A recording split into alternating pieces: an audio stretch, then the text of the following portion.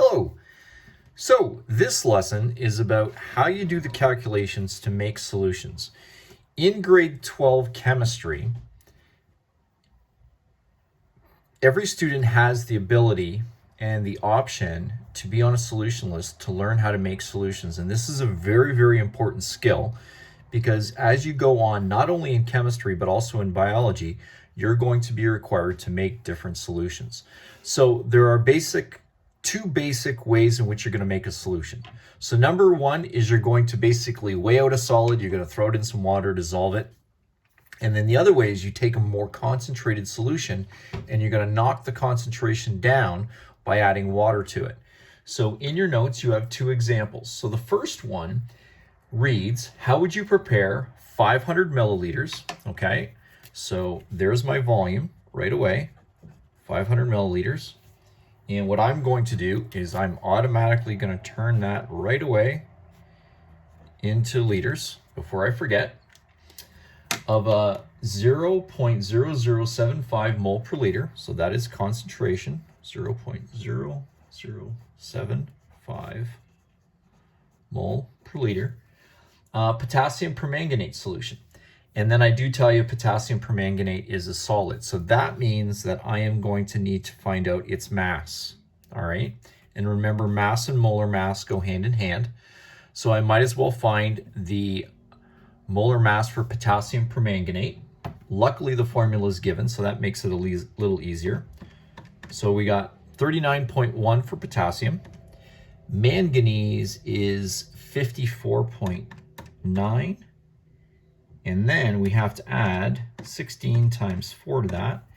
And we end up with a molar mass of 158.0 grams per mole. Okay? Now, what you're going to do is you're basically going to use these two formulas. So N equals C times V, concentration 0.0075, multiply that by 0.5, which is the volume in liters. And I'm in at 0.00375 moles. You don't want to round this number too much, okay? Because then your mass will be off and your concentration will be a little off. You want to be as accurate as possible when you're making a solution. 0.0375, we're going to multiply it by the molar mass. And when I do that, 0.5925 grams. And then that's how much I would have to weigh out. Again, if you've watched the video that I attached to this note, then you'll know that you would weigh that out. You'd add it to a little bit of water, dissolve it, add it to another container, and then you would top it up to 500 milliliters. In grade 11, you would do that using grad cylinders. In grade 12 and beyond, you're probably using a volumetric flask, which in grade 12, I will show you how to do that. So that is that example. The second example is one in which you have to dilute a more concentrated solution. To do that, this is the formula that you're going to use. Now, there's all kinds of versions of this formula. I've seen C1V1 equals C2V2. If you go on the internet and on YouTube, you're going to see M1, V1, M2, V2, and the M's stand for molarity. All kinds of different versions, but basically all stand the same thing. These little D's stand for the diluted solution. And then the C's, little C's, stand for the concentrated solution. Okay? Now, to do this, very, very simple. If you read the question, what concentration of solution is obtained by diluting 50 mils of a 0.72 molar aqueous solution of sodium nitrate to a volume of 120 milliliters? Now, you're given a couple of volumes and you might be given a couple of concentrations. So people are like, is it the concentrated concentration or is it the diluted concentration? Well, to help you out on that, you have to remember that CD, which is the concentration diluted solution, will always be smaller or less than CC. Has to be. You're diluting it. Okay? And then VC will always be less than VD. Okay? So that hopefully will help you out on this. Now, in this particular question, I want to know what is the concentration of the solution. So I'm after CD. I'm making this. And I am going to dilute 50 milliliters of my concentrated solution. The concentrated solution is 0.72 molar, which stands for moles per liter. And the volume of my diluted solution is 120 milliliters. Now, luckily, with this formula, I don't have to convert milliliters to liters. You can do it if you want. You don't certainly have to do that.